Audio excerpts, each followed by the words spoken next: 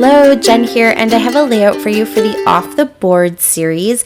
It's the last one of the year, so we are doing something fun again. We've done this a couple times throughout the year where we all kind of have the same theme or same color scheme or something similar. And so for the month of December, we are kind of doing opposites. So the challenge was to pick a pin from one of our boards and then try to create a layout that is its opposite. So meaning if you picked a spring layout, try to maybe create a fall layout using it, or summer to winter, or boy to girl, or girl to boy, black and white to lots of color, or, you know, that type of thing. So tons and tons of fun. I love doing that kind of stuff because I feel like it kind of unites us all, and it's really interesting to hop through all of the videos and see everybody's take on a similar theme or a similar challenge. And I especially like this one because I think this is a really great way to kind of get a little bit of a glimpse into people's frame of mind and how their brains work and how they interpret their inspiration pieces. So definitely hop through it. All the list will be down below, and I know you're going to get tons and tons of inspiration and hopefully a little bit of kind of a fun exercise in maybe looking at things from a different perspective. So I can't wait to check them all out and see how everybody did. So for me, I haven't been able to do a ton of Christmas scrapping, but I've been pinning a lot of Christmas layouts because I definitely need to catch up when I get a little bit more time and figure out kind of a scrapbooking schedule that works with my new life of, having baby in the house and being a mom to 4 and all that kind of stuff. So as I'm finding my harmony with all these changes, I plan to go back and definitely scrap the heck out of December 2020. So I've been pinning tons and tons. So I thought it would be fun to maybe take one of those Christmas pins and do its opposite, which is summer. So I really liked this Missy Whedon layout because I felt like the trees could really be applied to just about anything. I mean, the way that she kind of has them as these rolling hills reminded me of the mountains, which were, in the foothills of the Rocky Mountains. So definitely that was something I knew I could find some summer pictures that have mountains in them. And then, of course, in the summer, we've got lots of evergreen and kind of trees in the mountains. And so that's kind of how my mind went wandering when I saw this layout. I also thought, even though it's a Christmas layout, and she uses the word Christmas in her title, she still uses a ton of really bright, beautiful colors.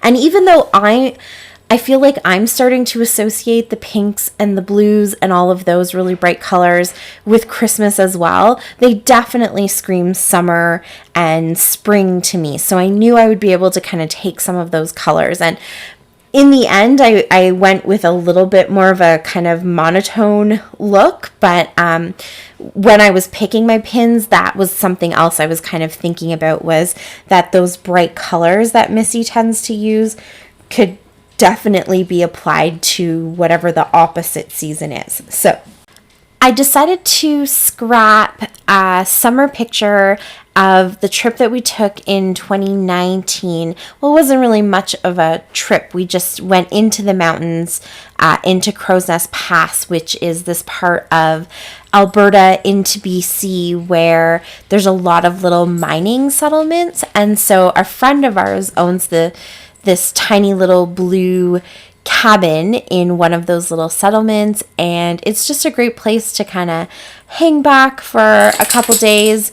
Oh, that was Luna, sorry. Hang back for a couple days, and in the summer you can enjoy the lakes and hiking trails, and there's a few interpretive centers that talk about some of the mining settlements and things that were there, and it's just a fun getaway. We love that little cabin. It's teeny tiny, but it's kind of fun to, cram your family in there and just relax for a bit.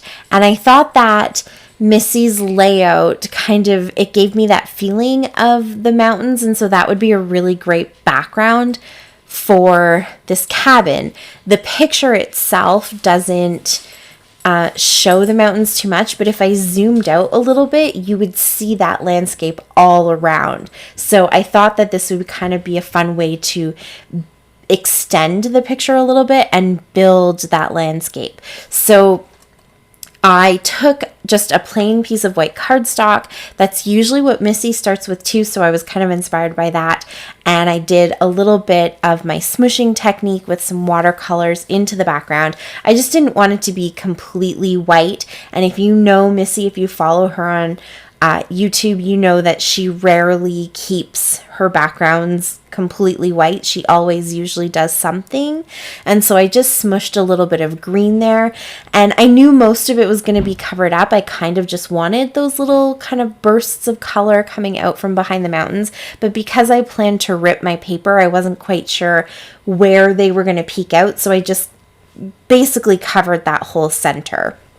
And I played around with all my greens, so it's just a big mixture of greens and a little bit of blue that I kind of splattered. And then I took some really cheap finger paint paper. That's actually what I tend to work on, that rectangle white piece that's in my background. It's finger painting paper for little kids that I got at either Dollarama or Dollar Tree. I think it was one of them. And it's kind of got that glossy feeling to it. And if you remember from when you have finger painted or you've done this with your kids, when it gets wet, it crinkles a little bit. It doesn't stay super flat.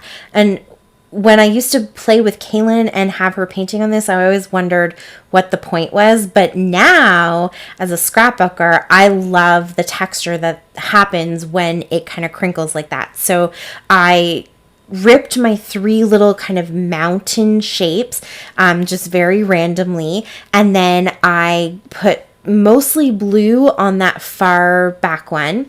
So I kind of smudged some of the paint, and then I used some extra water.